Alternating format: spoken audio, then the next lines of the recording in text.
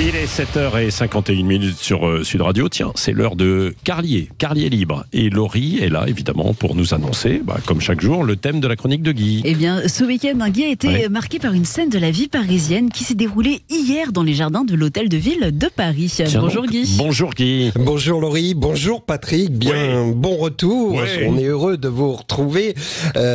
Bonjour à tous. Et oui, dans les jardins de l'hôtel de ville, adossés à la façade de la mairie de Paris, des statues de femmes représentent le génie humain. Il y a la science, les arts, l'éducation, le travail. Et la statue de la science, elle représente une femme assise sur une pile de livres qui symbolise le savoir. Et elle tient un compas un peu à la façon d'un toréador qui tiendrait une banderille qu'il s'apprête à planter. Et là, j'ai vu accroché à ce compas symbolisant la science, un maillot de foot qui séchait. Un faux maillot de foot comme on en vend à la sauvette dans les rues de Dakar. Oui, j'ai vu que c'était un faux maillot parce qu'il était floqué Ronaldo, ce maillot du PSG.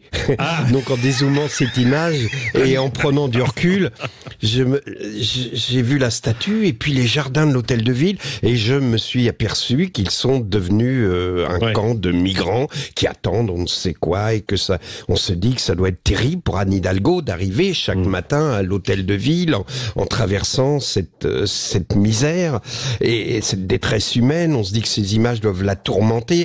On l'imagine dans la journée se lever de son bureau, régulièrement aller à la fenêtre, écarter le rideau et regarder cette misère tandis qu'une larme cherche son chemin en coulant sur sa joue. D'ailleurs, on se demande comment elle peut arriver à traverser chaque jour cette foule. On se prend même à lui en vouloir. Mais ne la jugez pas trop vite. Vous imaginez bien qu'elle a une excuse. Car si Anne Hidalgo n'entend pas le bruit des migrants sous ses fenêtres, c'est qu'en ce moment, voici la musique d'ambiance qu'elle entend actuellement.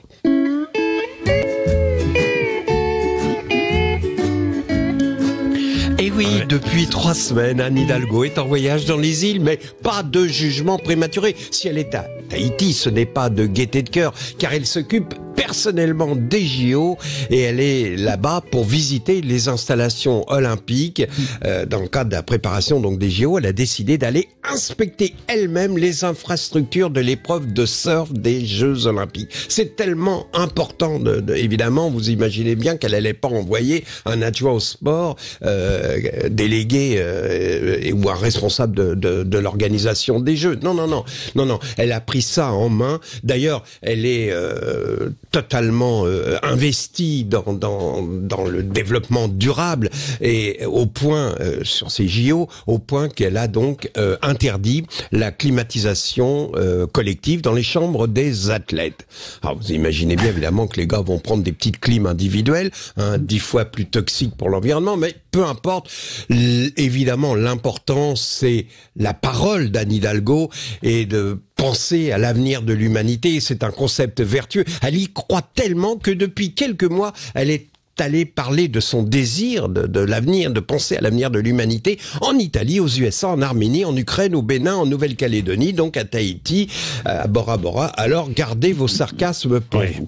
Vous vous souvenez sans doute du film Apocalypse Now et d'une des scènes les plus marquantes de ce film où on voit pendant la guerre du Vietnam un responsable américain sur une plage du bord de la mer de Chine se mettre à faire du surf, tandis qu'en arrière-plan, l'aviation déverse du napalm, la forêt s'enflamme dans une vision apocalyptique. Le contraste entre ce plaisir fou, égoïste, surréaliste de cet officier et le désastre autour de lui fait la force de la scène. Eh bien, c'est le sentiment que m'inspire ce voyage d'Anne Hidalgo dans les îles. François Giroud disait « Une femme sera vraiment l'égale de l'homme le jour où à un poste important, on désignera une femme incompétente. » Grâce soit rendue à Anne Hidalgo, qui vient de faire progresser le statut de la femme. Je me voyais